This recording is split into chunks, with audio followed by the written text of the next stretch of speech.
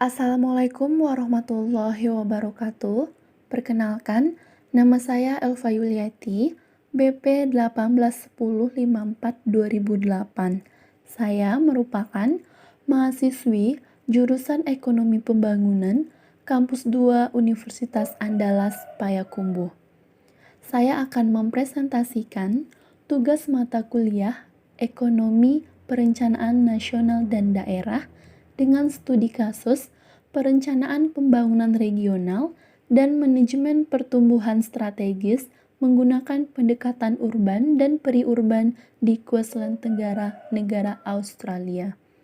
Studi kasus ini saya kutip dari Journal of Regional and City Planning dengan judul A Regional Strategic Growth Management Approach to Urban and Peri-urban Development in Southeast Queensland, Australia.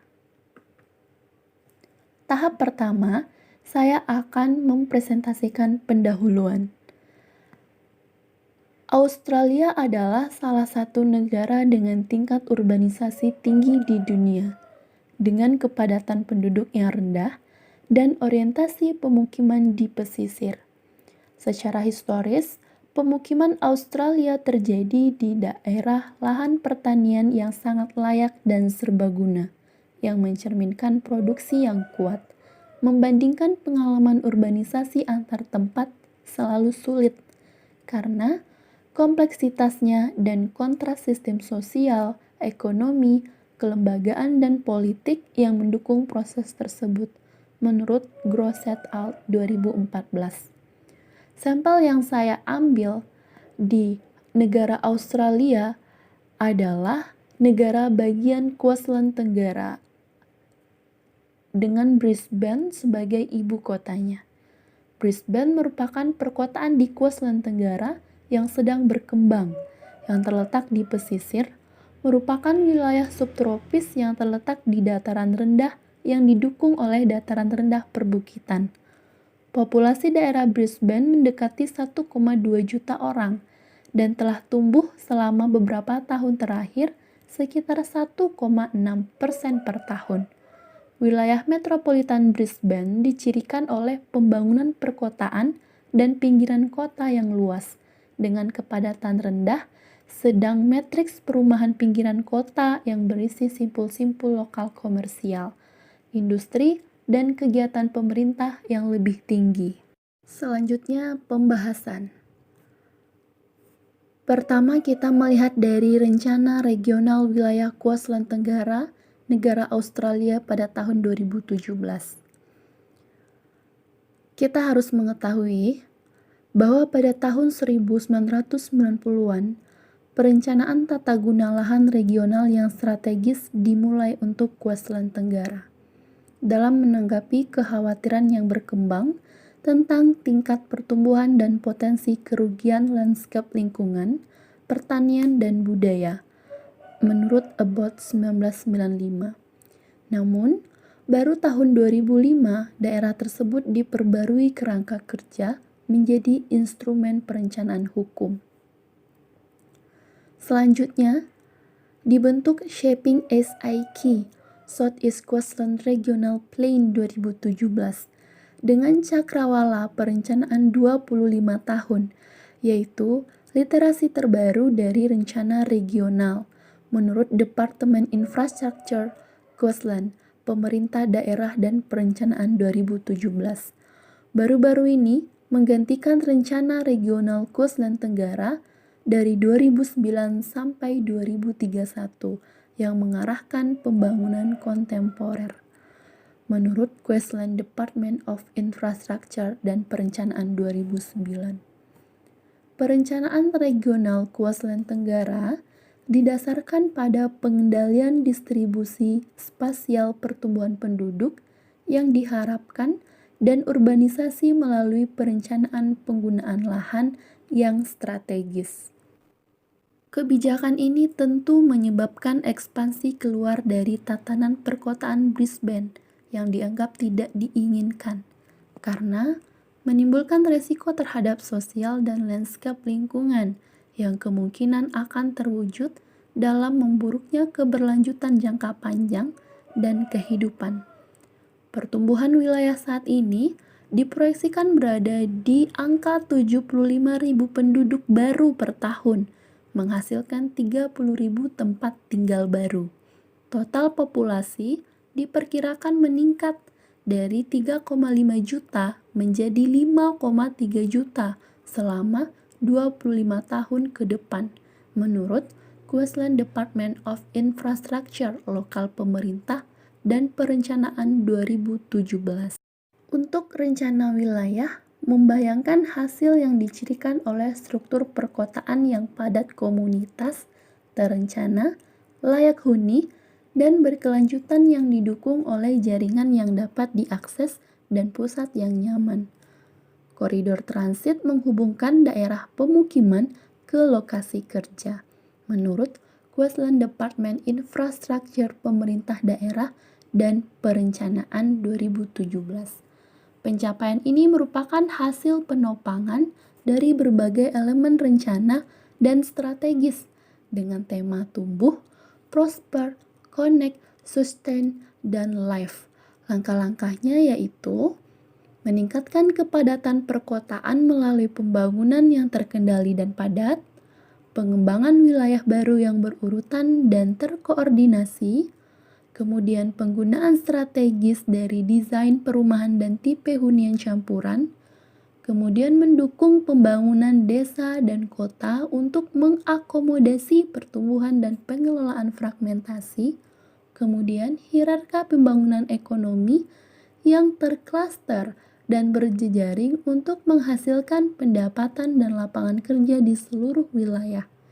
Kemudian melanjutkan dukungan untuk produksi pedesaan, kemudian sistem transportasi dan regional yang efisien, aktif, terhubung, terkoordinasi, dan diprioritaskan jaringan, kemudian perlindungan strategis terhadap lingkungan, keanekaragaman hayati, lanskap alam regional, alam sumber daya seperti air dan jasa ekosistem, kemudian perencanaan dan desain untuk keadilan dan kesejahteraan sosial, kemudian promosi perencanaan dan desain yang baik untuk melengkapi lanskap lokal, karakter, kelayakan hidup, keberlanjutan dan ketahanan, serta pengakuan pengaruh megatrend global. Selanjutnya kita akan memperhatikan wilayah di mana ini merupakan area Queensland Tenggara, jejak perkotaan SIK yang di dalamnya terdapat wilayah hidup pedesaan, landscape regional, produksi pedesaan dan area pembangunan utama yang didefinisikan dalam Rencana Regional SIK 2017. Wilayah-wilayah penggunaan lahan ini dengan kendali perencanaannya masing-masing, berupaya mengarahkan tata ruang pola pertumbuhan perkotaan dalam paradigma menyeluruh penahan kota. Yang terpenting, pertumbuhan terkonsentrasi di dalam jejak perkotaan yang mengelilingi lanskap perkotaan yang ada mekanisme yang mendorong densifikasi dan ekspansi terbatas. Di daerah pinggiran kota, pembangunan sedang terkonsentrasi di sekitar kota-kota lokal yang ada, sehingga secara keseluruhan pendekatan ini disimpulkan untuk membatasi lahan fragmentasi dan penangkapan pembangunan yang tidak tepat dan sembarangan. Misalnya, industri ekstensif pembangunan di lanskap pinggiran kota untuk mempertahankan karakteristik keragaman penggunaan lahan, termasuk penggunaan lahan pertanian. Selanjutnya, subjudul berikutnya mengenai perencanaan ekonomi dan infrastruktur terkoordinasi. Di sini terdapat 3, kita akan bahas satu-satu. Yang pertama, mengenai jejak perkotaan atau urban footprint yang menampilkan kehidupan kota yang identik dengan gedung-gedung pencakar langit. Kemudian rural living area, di sini akan menampilkan area hidup pedesaan yang identik dengan kehidupan desa nan asri. Kemudian yang ketiga yaitu Regional Landscape and Rural Production Area in Southeast Queensland, di mana daerah ini merupakan daerah produktif yang menghasilkan lahan pertanian atau perkebunan di daerah Queensland Tenggara, Australia. A. Jejak perkotaan.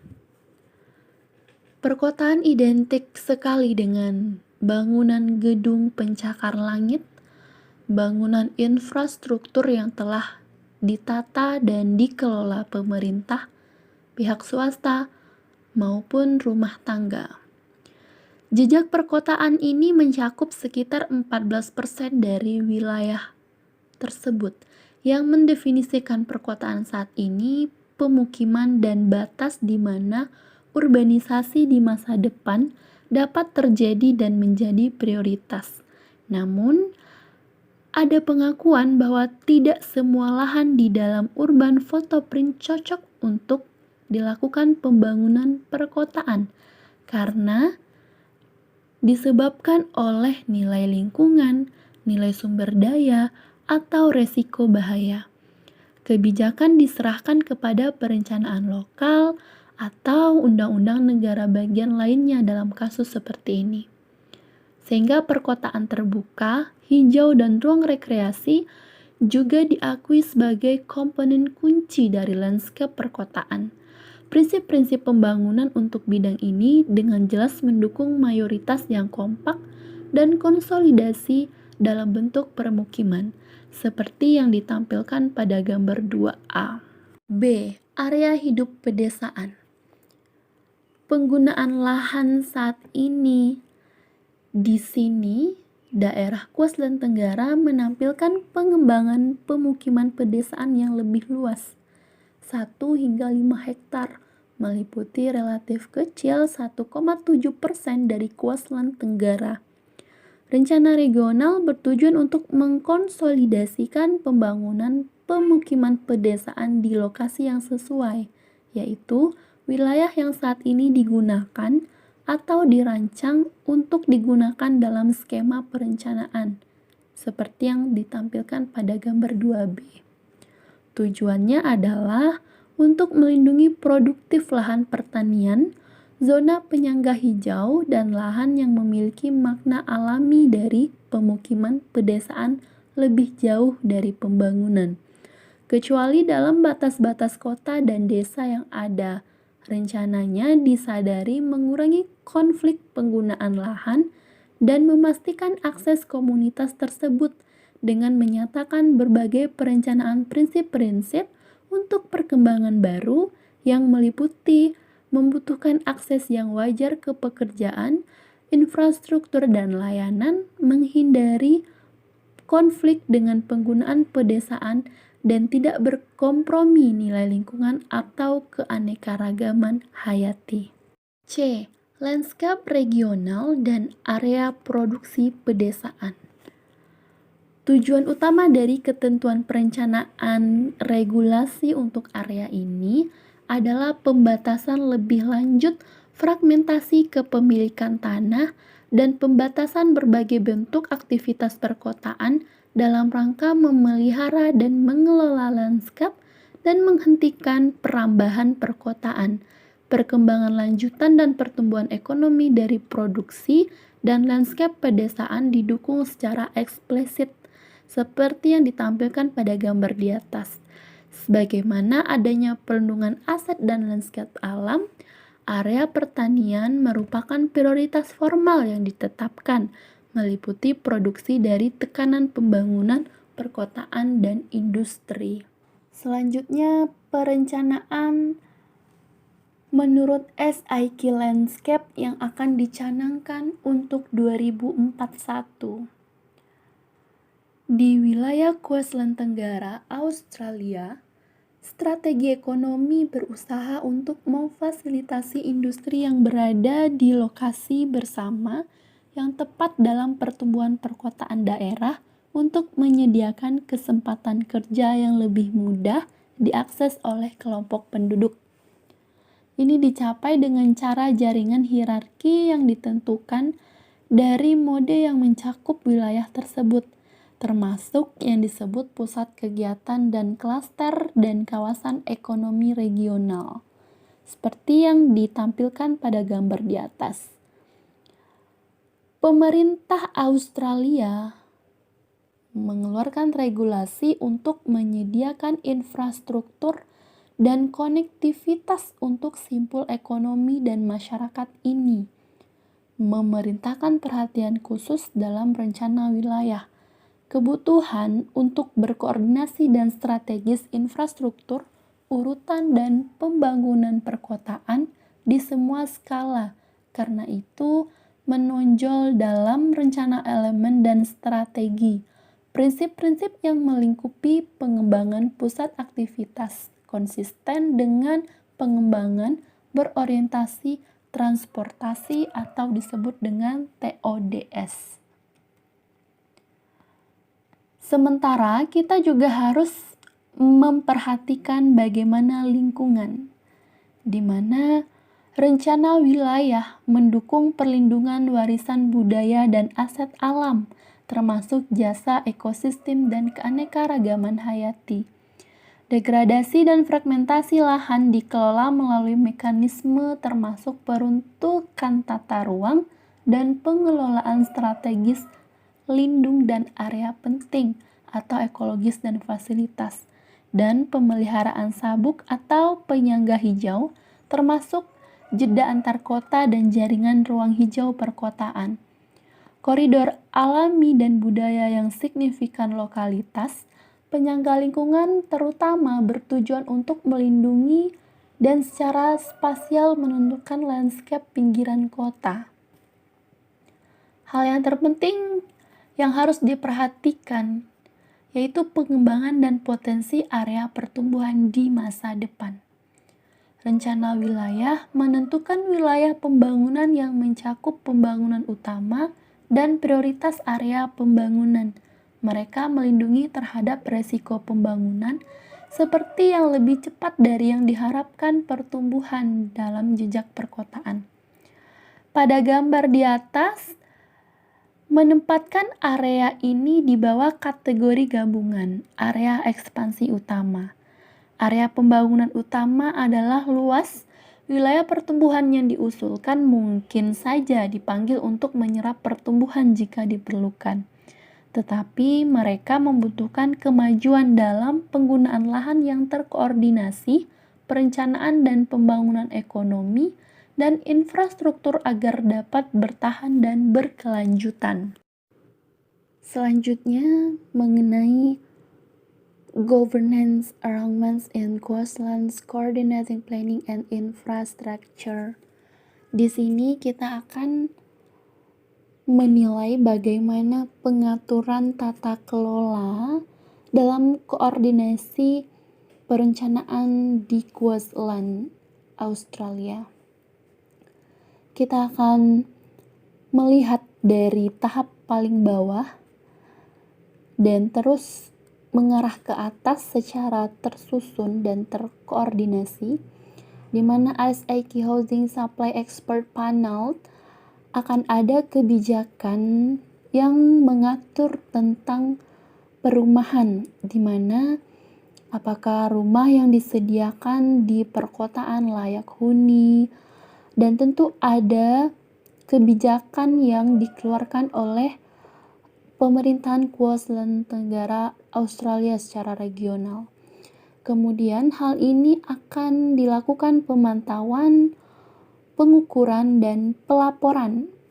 Dilaporkan melalui informasi terform untuk disampaikan ke Shaping SIK dan State Infrastructure Plan, tentu harus bersinergis dengan SIK Local Governance, di mana SIK Local Governance akan menasehati pemerintah daerah SIK mengenai rencana infrastruktur belanja SIK tersebut.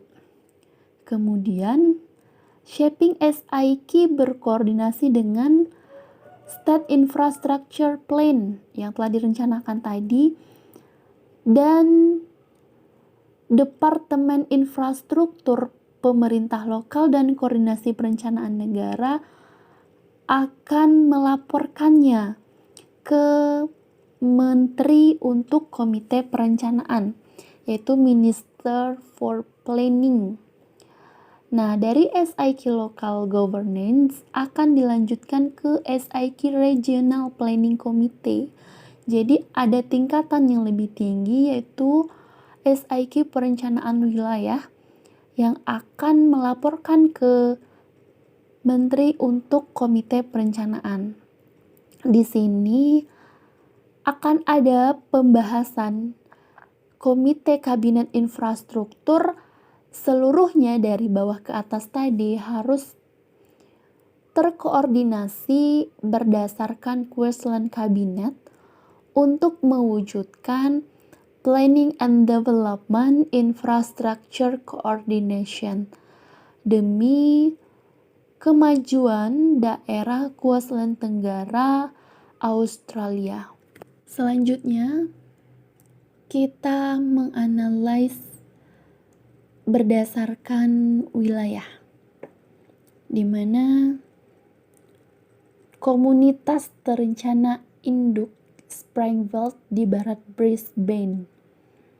Di sini harus kita teliti bahwa tujuan dari pembangunan adalah untuk menyediakan keterjangkauan pelayanan yang baik terhadap komunitas layak huni yang membantu menyerap dan mengkonsolidasikan pertumbuhan populasi di wilayah Brisbane, yaitu ibu kota dari Queensland Tenggara, Australia.